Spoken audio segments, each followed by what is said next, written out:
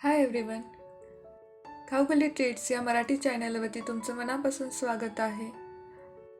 आज आपण अगदी सोप्या पद्धतीने गुळाचा पाक न करता एकदम मऊ असे तिळाचे लाडू बनवणार आहोत।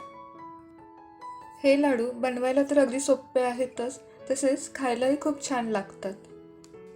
हे लाडू बनवण्यासाठी लागणारे साहित्य आहे 1 वाटी गूळ, 1 वाटी तीळ, 1 वाटी शेंगदाणे आणि सुंठ आणि वेलचीची पूड। सर्वप्रथम एका जाड कढईमध्ये मी तीळ भाजून घेणार आहे। तीळ हे चांगले खमंग भाजून घ्यायचे। तीळ भाजताना गॅस नेहमी एकदम मंद ठेवायचा। तीळ भाजताना जर तडतड आवाज आला किंवा जर ब्राऊन कलर आला तर समजायचं आपले तीळ व्यवस्थित भाजले गेलेले आहेत। हे बघा, आता आपले तीळ चांगले भाजले गेलेले आहेत। ते आता आपण एका डिशमध्ये काढून घेऊयात। आता त्याच कढईमध्ये मी शेंगदाणे भाजून घेणार आहे। शेंगदाणेही चांगले खमंग भाजून घ्यायचे। शेंगदाणे भाजतानाही गॅस हा मंद ठेवायचा। जर तुम्ही मोठ्या गॅसवरती शेंगदाणे भाजले तर ते बाहेरून करपतील आणि आतून तसेच कच्चे राहतील।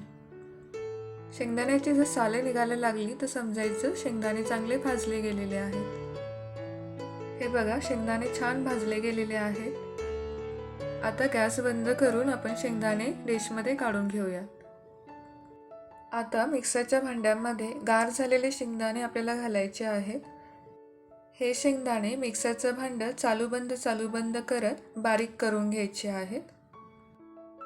हे बघा, अशा पद्धतीने शेंगदाणे बारीक करून घेतलेले आहेत। आता ह्याच भांड्यामध्ये भाजून थंड झालेले तीळ घालायचे आहेत। तीळ बारीक करतानाही मिक्सरचं भांडं चालू बंद करूनच बारीक करून घ्यायचे आहेत। अशा पद्धतीने तीळ आणि शेंगदाण्याचा आपण बारीक कूट करून घेतलेला आहे। आता त्याच्यामध्ये 1 वाटी गूळ घातलेला आहे। तसेच 1 चमचा वेलची पूड आणि 1 चमचा सुंठेची पावडर घातलेली आहे। हे पुन्हा आपल्याला एकदा मिक्सरमधून फिरवून घ्यायचं आहे। अशा प्रकारे अगदी सोप्या पद्धतीने आणि अगदी झटपट असे तिळगुळाचे लाडू बनवण्याचे मिश्रण आपले तयार झालेले आहे। आता हे मिश्रण मी एका बाउलमध्ये ट्रान्सफर करून घेत आहे। हे मिश्रण पुन्हा एकदा हाताने चांगलं मिक्स करून घ्यायचं। तुम्ही बघू शकता लाडू अगदी व्यवस्थित वळला जातोय। आता त्याचे हवे त्या आकारामध्ये लाडू बनवून घ्यायचे। हे लाडू अगदी इझिली वळले जातात। हा बघा, किती छान लाडू वळून तयार झालेला आहे। अशाच पद्धतीने मी उरलेले लाडू सगळे वळून घेणार आहे। जर लाडू बनवताना मिश्रण तुम्हाला कोरडं वाटत असेल तर त्याच्यामध्ये तुम्ही 1 किंवा 2 चमचे तूपही घालू शकता। अशा पद्धतीने आपले सगळे लाडू वळून झालेले आहेत।